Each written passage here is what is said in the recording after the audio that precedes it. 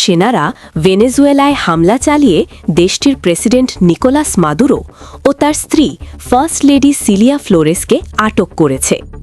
Maduro ও তার স্ত্রীকে ইতোমধ্যে যুক্তরাষ্ট্রে নেওয়া হয়েছে এবং তাদেরকে আমেরিকান বিচারের মুখোমুখি করা হবে বলে জানিয়েছেন মার্কিন প্রেসিডেন্ট ডোনাল্ড ট্রাম্প।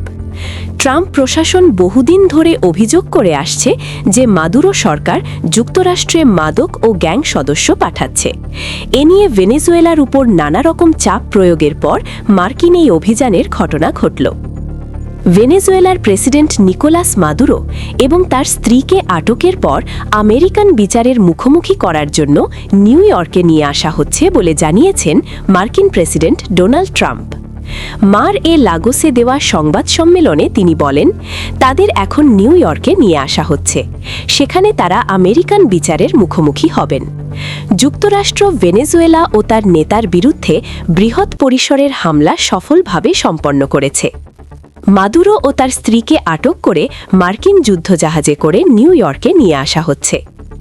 ভেনেজুয়েলায় ক্ষমতার শান্তিপূর্ণ রদবদল না হওয়া পর্যন্ত আমরাই দেশটি চালাবো বলে মন্তব্য করেছেন মার্কিন প্রেসিডেন্ট ডোনাল্ড ট্রাম্প। বর্তমানে যারা রয়েছে তাদের সরিয়ে দিয়ে ভেনেজুয়েলা পরিচালনা করার জন্য লোকজন মনোনীত করার কাজ চলছে বলে তিনি জানান। প্রয়োজনে আরও বড় পরিসরে দ্বিতীয় দফায় আক্রমণের প্রস্তুতি রেখেছি আমরা, বলেন তিনি। যুক্তরাষ্ট্রের তেল কোম্পানিগুলো শীঘ্রই ভেনেজুয়েলায় প্রবেশ করবে বলেও জানান মার্কিন প্রেসিডেন্ট। ডোনাল্ড ট্রাম্পকে জিজ্ঞেস করা হয় যে তিনি কি বিরোধী নেতা মারিয়া করিনা মাচাডোর সঙ্গে যোগাযোগ করেছেন।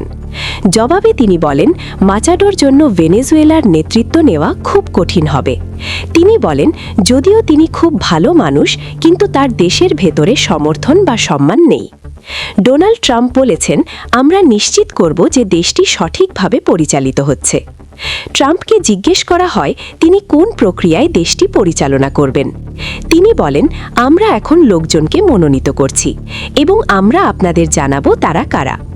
এরপর তাকে জিজ্ঞেস করা হয় ভেনেজুয়েলাকে কে পরিচালনা করবে। তিনি হাতের ইশারায় নিজের দিকে এবং মার্কিন পররাষ্ট্রমন্ত্রী মার্কো রুবিওর দিকে ইঙ্গিত করে বলেন, মূলত কিছু সময়ের জন্য যারা আমার পেছনে দাঁড়িয়ে আছে তারাই। মার্কিন তেল কোম্পানিগুলো ভেনেজুয়েলার অবকাঠামো মেরামত করতে এবং দেশের জন্য অর্থ উপার্জন শুরু করতে যাবে বলে জানিয়েছেন মার্কিন প্রেসিডেন্ট ডোনাল্ড ট্রাম্প।